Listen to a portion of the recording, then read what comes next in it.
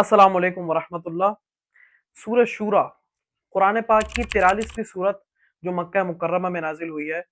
इस सूरत के मुतालिक हज़रत इब्न अब्बास रदी अल्लाह ताला अन्हुमा से एक कौल मरवी है कि उन्होंने फरमाया कि इस सूरत की 4 आयतें जो हैं वो मदीना मुनव्वरा में नाजिल हुई है। इसके अलावा बाकी पूरी की पूरी सूरत मक्का मुकर्रमा में नाजिल हुई है। जो मदीना मुनव्वरा में एक आयत नाजिल हुई है, 4 आयतें हैं, उनमें से जो पहली आयत है वो है कुल ला अस्अलुकुम अलैहि अजरा वाली आयत। इस आयत और इसके अलावा 3 आयतें हैं, ये मदीना मुनव्वरा में नाजिल हुई है।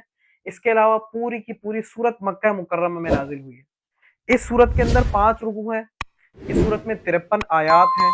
सूरह शूरा का नाम शूरा क्यों रखा गया है? शूरा का माना है मशवरा करना, और ये लफ्ज इस सूरत की आयत नंबर 38 में मौजूद है। इसी निस्बत से इस सूरत को सूरह शूरा का नाम दिया गया है। बेसिकली शूरा क्यों दिया गया नाम कि इस सूरत के अंदर मुसलमानों का एक वस्फ बयान किया गया है कि मुसलमान जब भी कोई काम करता है तो उस काम से पहले मशवरा करता है। तो इसी वजह से इस सूरत को सूरह शूरा के नाम से मौसूम किया गया है।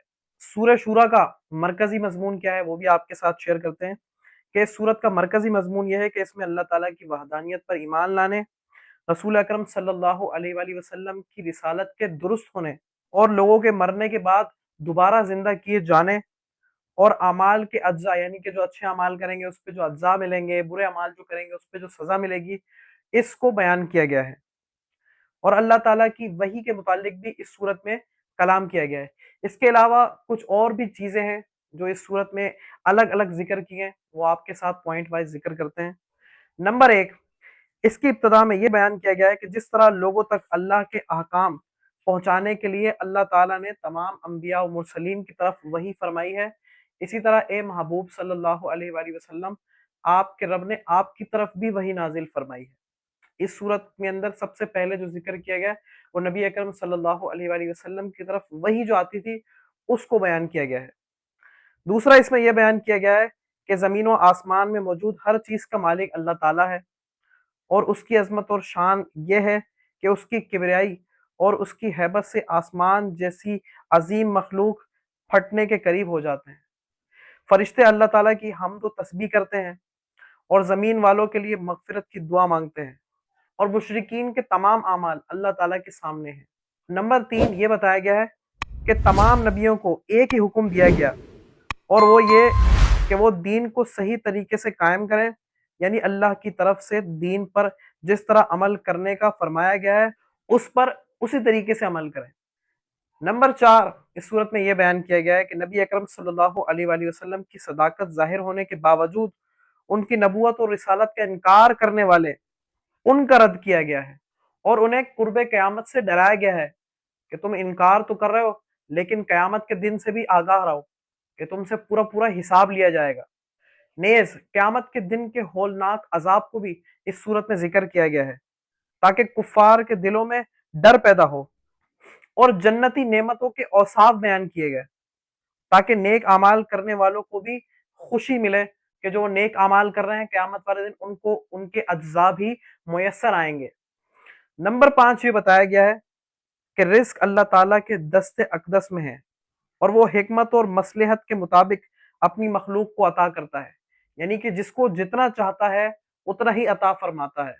मजीद ये फरमाया कि जो शख्स सिर्फ दुनिया के लिए अमल करता है वो आखिरत की खैर से महरूम रहेगा, जिसने आखिरत के लिए अमल किया वो दोनों जहान की भलाई पाएगा। आप समझे बात?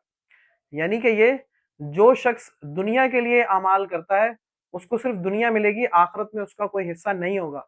जबकि जो शख्स आखिरत के लिए अमल करता है, आखिरत के लिए तगदो करता है, अल्लाह ताला उसको आखिरत भी अता फरमाता है, दुनिया भी अता फरमाता है। नंबर 6, ये कि ज़मीन और आसमान के दरमियान में जितनी भी चीज़ें मौजूद हैं उन सब की तख्लीक, उन दोनों में हर तरह का तसर्रुफ करने पर कुदरत, और समंदर में कश्तियों को चलाने के जरिए अल्लाह ताला की कुदरत और वहदानियत पर इस्तदलाल कायम किया गया है कि ये तमाम चीजें अल्लाह ताला की सनतकारी की शाहकार हैं।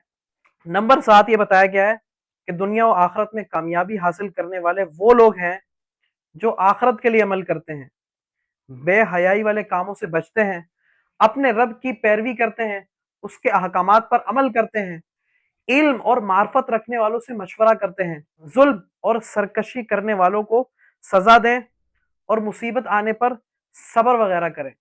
نمبر 8 یہ کہ جہنم کی ہولناکیاں، اہل جہنم کا نقصان ہونا، جہنم کا عذاب دیکھ کر دنیا کی طرف واپس جانے کی تمنا کرنا، ان سب چیزوں کو اس صورت میں بیان کیا گیا ہے تاکہ سب لوگ اچانک آ جانے والی قیامت سے پہلے پہلے اللہ کے احکام پر عمل کریں، اس کی شریعت پر عمل کریں، اس سے ڈریں تاکہ وہ اپنی آخرت سنوار لیں۔ نمبر 9 اور آخری یہ کہ اس صورت کے آخر میں بیان کیا گیا ہے کہ اللہ تعالیٰ جسے چاہے اپنی مشیت کے مطابق اولاد عطا کرے اور جسے چاہے عطا نہ کرے۔ نیز اسی صورت کے آخر میں وحی کی اقسام اور قرآن پاک کی عظمت اور شان بیان کی گئی ہے کہ یہ قرآن پاک اللہ تعالیٰ کی آخری آسمانی کتاب ہے۔ امید ہے آپ کو یہ ویڈیو پسند آئی ہوگی۔ اگر یہ ویڈیو آپ کو پسند آئی ہے تو اس کو ضرور لائک اور شیئر کیجیے گا۔